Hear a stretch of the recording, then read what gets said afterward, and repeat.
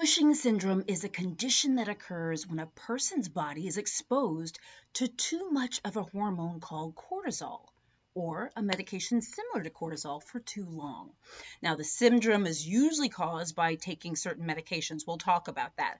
But other causes include tumors in the body or things like that. Now, the good thing here is that in most cases, the syndrome is curable.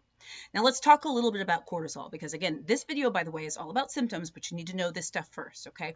Cortisol, it's an essential hormone. We need this hormone to live. Basically, our body's two adrenal glands produce cortisol every single day to get us through the day, to help us, live out daily activities.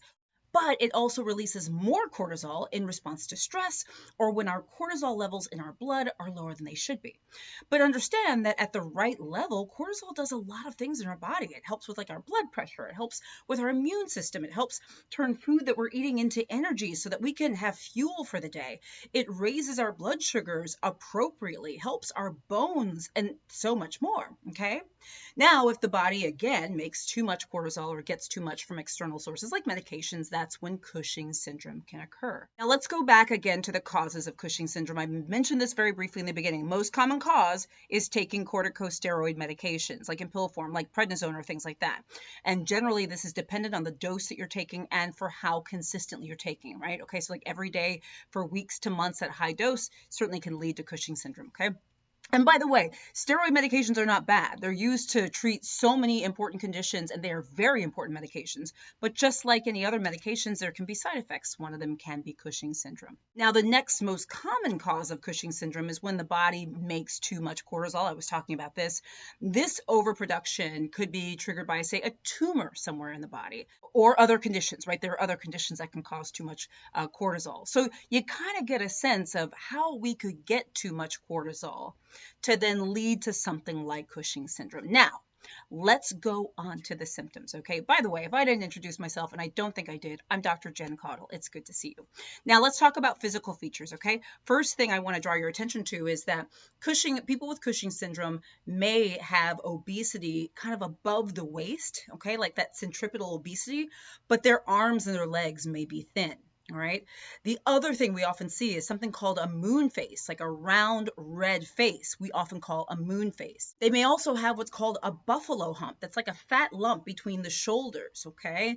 They may also have weak muscles or bones, including osteoporosis or bone pain, even fractures, because again, this can happen with the excess cortisol. And there are a number of skin changes that can happen. So people can get new or worsening acne. They can get skin infections, or they can get something called striae. That's like reddish purplish marks that are usually about a ½ inch wide. They can usually appear in the abdomen, the bottom, like your butt, thighs, arms, and breasts, okay? So you see that here. And then, of course, thin and fragile skin that bruises easily, heals poorly. And for children, they may get heavier, but then grow more slowly than their peers. And women can have more hair in different places. So we're talking like the face, neck, chest, abdomen, thighs, etc. And women may have menstrual problems as well. Men can have lower sex drive.